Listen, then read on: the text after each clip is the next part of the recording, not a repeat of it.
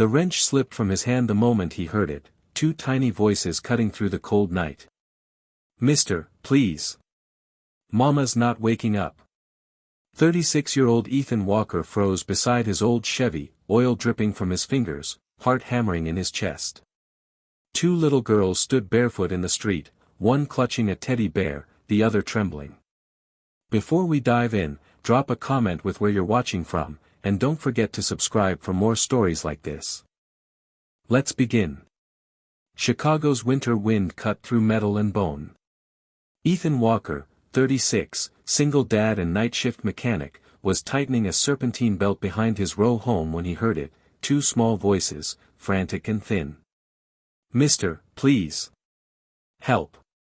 He turned and saw them at the edge of the vacant lot, two girls in mismatched pajamas, one hugging a ripped teddy bear, the other trying not to cry. "Our mom, she won't wake up." He dropped the ratchet. "Where?"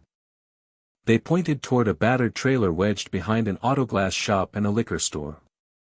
Inside, the air carried mold and cold metal. On the couch lay a woman in a thrift store coat, lips pale, breaths shallow. Ethan's hands were steady, the same hands that had once rebuilt an engine by flashlight the night his own world fell apart. Pulse, Freddie. He called 911, then cracked the window, rolled her to her side, checked for pill bottles. Nothing, just exhaustion and dehydration written across a face that might have been beautiful last year. He kept talking to keep the girls calm. "I'm Ethan. What are your names?" "Sophie," the older one said. "My sister's Grace. You did the right thing coming to get me." Sirens threaded through the night. When paramedics lifted her onto the gurney, the woman grabbed Ethan's sleeve without fully waking. He leaned close. "I've got them." The girls looked up, trusting a stranger because no one else had shown up. Ethan nodded once to himself, the way men do when a door closes behind them and there's no walking back through it.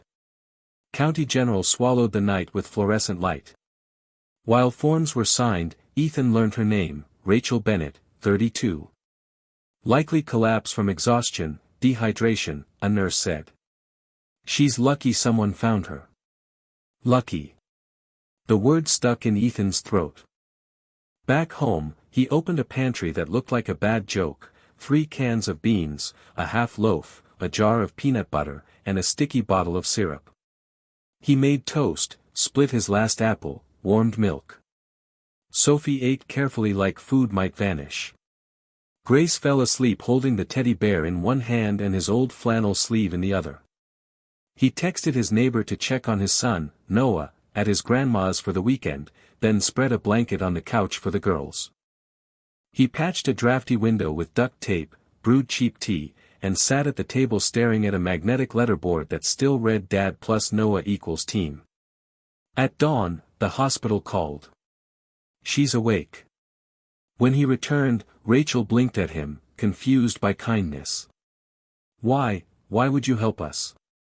"Because someone once helped me," he said simply. Her eyes filled. "I didn't think anyone would." "People will," Ethan answered. "Sometimes you have to be first." By afternoon, she was discharged with instructions and a paper bag of meds. The discharge nurse looked between them, measuring. "You have somewhere safe to stay?" Rachel hesitated. Sophie squeezed Ethan's hand before he could speak. "My place," he said. "For now." Rachel's shoulders lowered, fear loosening its grip by a millimeter. "Thank you," she whispered, like the words themselves hurt. Ethan's 2-bedroom row house had seen better paint in kinder winters, but it had a steady heartbeat. Rachel offered to sleep on the floor, Ethan insisted on his room. "I've lost to worse couches." He fixed things because he didn't know any other way to love. Loose cabinet hinge. Tightened. Leaky pipe under the sink. New washer. He sewed the teddy bear's loose eye with fishing line while Grace watched, or replacing fear. Rachel insisted on cooking to earn her keep. She stretched beans and pasta into something that tasted like a memory of a real kitchen. In the quiet, Ethan noticed little things, Sophie counted the forks twice before setting them. Grace never let the teddy out of reach. Rachel turned toward the door at every car, the flinch of someone who'd learned to brace. He didn't ask who she feared. Not yet. He only said, "You're safe here." That night, Rachel lingered at the sink. "I used to be a pastry assistant," she admitted softly. "Before everything." "What happened?" She stared at her chapped knuckles. "I married the wrong future." Ethan didn't push. "You'll get another one." When Noah returned the next day, he took in the extra shoes by the door and the girls on the rug playing with his old Hot Wheels. He looked up at Ethan, a question in his eyes. "Temporary," Ethan said. Noah nodded. "Okay." Then he sat cross-legged and showed Grace how to build a racetrack out of textbooks and hope. Word travels in Chicago blocks faster than trains. Mrs. Caruso from 2 doors down appeared with a casserole and soft questions disguised as kindness. "Who are the girls?" "Friends," Ethan said. "The kind that arrive before you know their last name." Rachel kept searching for work on Ethan's beat-up laptop, circling old restaurants like a swallow looping the same roofline. "I need a job that doesn't ask for perfect," she said. Meanwhile, Ethan worked 2 shifts, day at Ruiz Auto, night runs fixing stubborn furnaces for cash. He came home smelling of oil and burnt dust, shoulders tight, humor intact. "Your heat whispers like it owes someone money," he told a landlord, and left with $50 more than he expected. At the dinner table, rules formed themselves: no phones, no yelling, one true thing a day. Grace's true thing was, Teddy can smell pancakes through walls. Noah's was, Dad says cars talk if you listen. Rachel's was quiet, I forgot what laughing at dinner feels like. Ethan's, me too. Late, while the kids slept, Rachel found Ethan at the table sketching a garage he'd dreamed of for years: clean bays, a community tool library, a corner where kids learn to change a tire for free. "You could do this," she said. "Dreams cost more than rent," he answered, but his eyes didn't look away from the drawing. Outside, the L rattled past, a city's pulse. Inside, something steadier began to match it. On Wednesday, the door knock wasn't a neighbor with Tupperware. It was Child Protective Services. Anonymous report: minors living in unsafe conditions. The caseworker, Ms. Delgado, stood with a tablet and practiced calm. Rachel went white. "Please," she said, voice trembling, "we're okay now." Ethan stepped beside her, steady. "Come in." He didn't argue. He showed. Food in the fridge, mattresses with real sheets, medications with schedules on the fridge. He offered the girls school contact, pediatrician appointment card, the lease in his name, the emergency numbers by the phone. Rachel's hands shook as she poured water she didn't drink.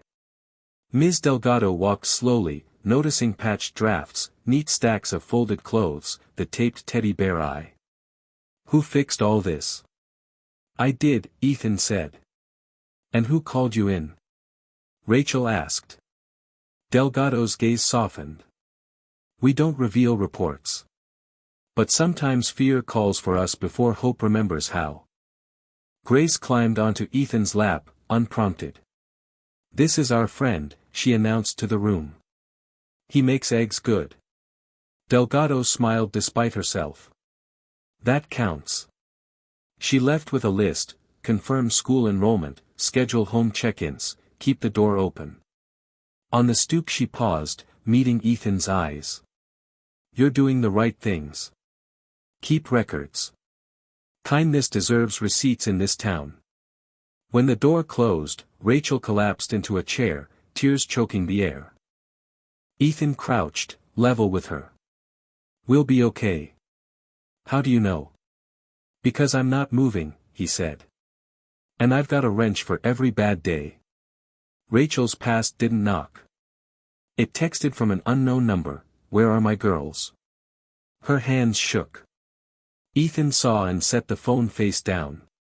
"You don't have to answer the life that hurt you," he said. They filed a police report and a simple protective request. Ms. Delgado helped. The system moved slow, but not immovable. Ethan walked Rachel through each form the way he'd walk a new hire through a carburetor, patient, practical, no judgment. Work found Rachel before she found it. Mrs. Caruso's cousin needed a morning baker at a neighborhood cafe. The pay wasn't much, but it was honest and warm. On her first day, she came home with flour on her cheek and a bag of unsold muffins that tasted like forgiving yourself. Ethan returned late from a mobile call, hands frozen, face bright. Got Ruiz to let me pilot a Saturday skills class for teens, oil changes, tire rotations, the basics. Free. Rachel's smile reached her eyes. You're building the garage already. You just don't have a sign. That night, the kids fell asleep on the couch during a nature documentary about foxes building dens. Rachel tucked a blanket around them and found Ethan patching a hole in the hallway drywall. You fix everything, she said. He shook his head. Just what I can reach. Sometimes that's everything, she whispered. Chicago's spring storms turn alleys into rivers. On a Friday night, power flickered in 3 blocks. Ethan moved from basement to basement with a flashlight, relighting pilot lights and calming panic with jokes that weren't funny but helped. On his way home, a man stepped from a parked sedan and blocked his path. Expensive coat, familiar jawline from a photo half hidden in Rachel's phone. Where is she? The man demanded. My wife took my kids. Ethan kept his voice low. You should leave. She's mine. She's a person, Ethan answered, and the girls aren't bargaining chips. The man's eyes slid to the wrench in Ethan's hand and, finding no fear there, slid away. He spat a threat and retreated into expensive leather. Tires hissed. The car left. Ethan stood in the rain until his heartbeat matched the downpour. Back home, he told Rachel the truth without drama. He came by. Rachel shook, not with surprise. Fear has a long memory, but with a fury she'd kept swallowed. I'm so tired of being scared. Then don't be alone, Ethan said. Fear's big. We're bigger. They added a camera to the stoop and a stronger deadbolt to the door. Ms. Delgado fast-tracked a court date. The storm passed. Not forever, but for a night. Weeks stretched into a new normal.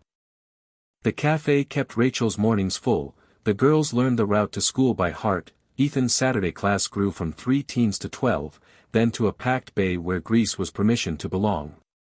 One evening, Rachel arrived with a paper box and a grin. Inside, cinnamon rolls that somehow tasted like applause. I got moved to afternoon prep, she said, proud.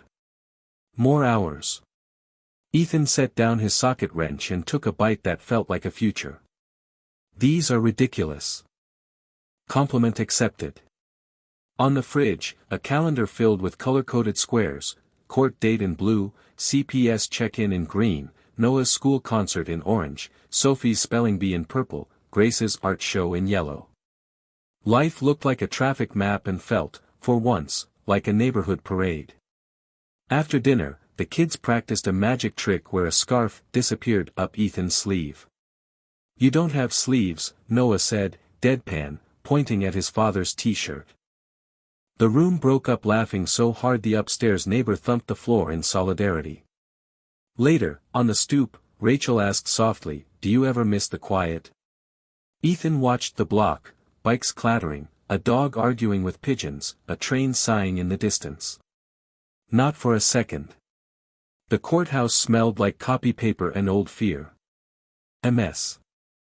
Delgado testified to stability, Rachel testified to harm with steady voice and shaking hands, Ethan testified without theatrics, food, school, safety, routine.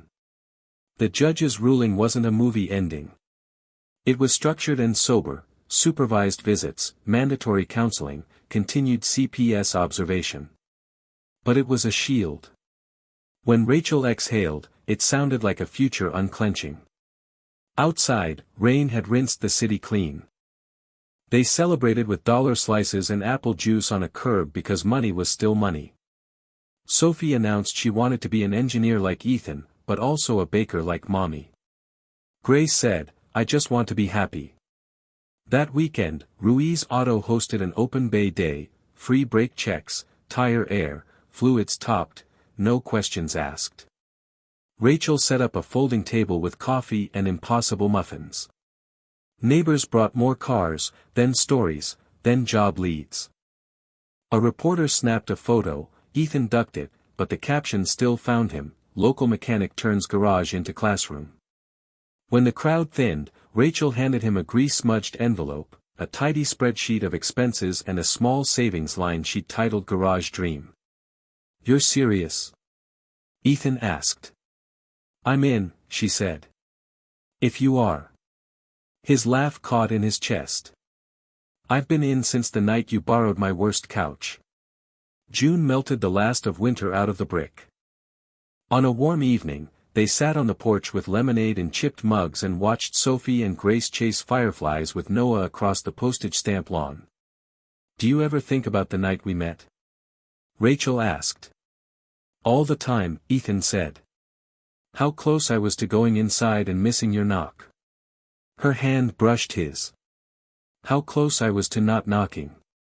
He nodded toward the kids, now teaching fireflies the rules of tag.